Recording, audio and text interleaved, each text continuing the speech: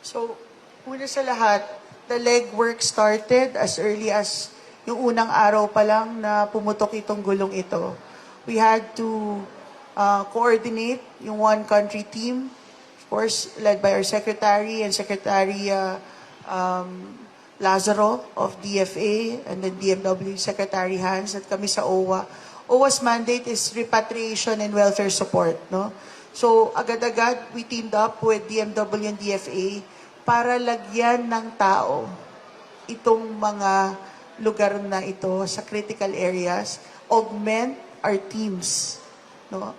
Para i-prepare yung logistics. Logistics meaning piliin yung mga hotel base doon sa, I would say, security information that we have on site, yung mga i-rent na mga sasakyan, and then i-prepare din yung ating pag-process ng mga exit clearances ng ating mga kababayan. Bigyan ko ng konteksto, hindi tayo turista sa mga lugar na to. Most of us are contract workers under a work visa.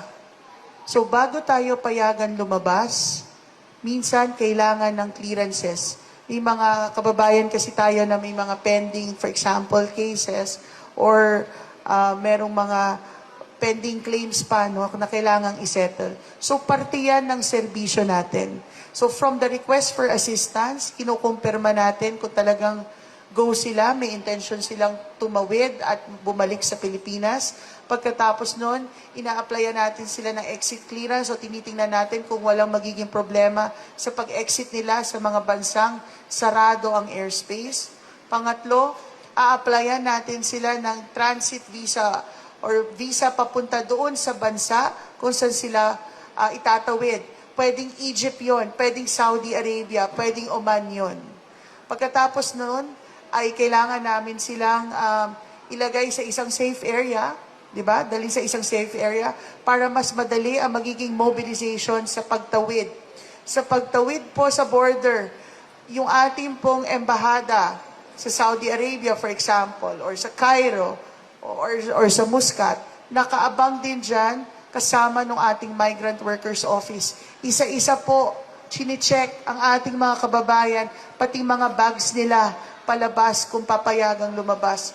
Pagkatapos nun, sa Kuwait, 8 oras na biyahe papuntang Riyadh.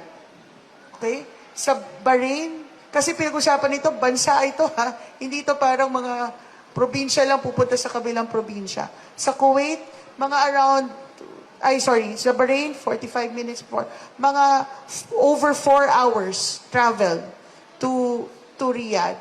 No? At dun sa pagta-travel na yon, syempre, yung ating pong care sa ating mga kababayan, no? Yung pagkain nila, yung kanilang well-being. Pagdating sa Riyadh, no? Kasi limitado ang validity ng visang ibibigay. Kasi papunta lang ito, ang purpose lang ay dapat malipad sila. So nakaschedule din yon kasi hindi pwede tayo lumampas sa panahong yon. And then, yung pag-prepare ng charter flight papunta dito sa Pilipinas. Sana napa-imagine ko sa inyo yung buong prosesong yun. At habang nandoon sila sa Riyadh, which will be, I would say, between 12 to 24 hours lang sila doon sa Riyadh. Nandoon na yung mga welfare assistance natin, yung ating, of course, we provide the meals, tinitingnan natin, may psychosocial counseling na rin on site, at preparation for the flight here.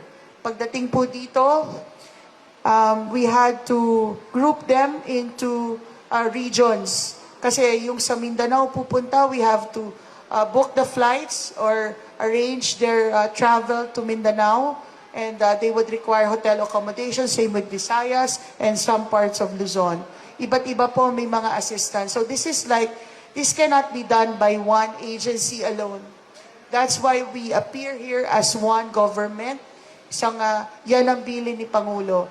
So lahat-lahat ng yon, and this allow me to really thank lahat po rin ng mga nagsakripisyo ding mga kasamahan ko po sa gobyerno. I would say medyo at risk din sila because they're actually there dun sa mga critical areas. And nagpapasalamat po kami dito sa aming mga kasamahan na nagbibigay serbisyo po para sa ating OFWs at sa ating bayan. Maraming salamat po.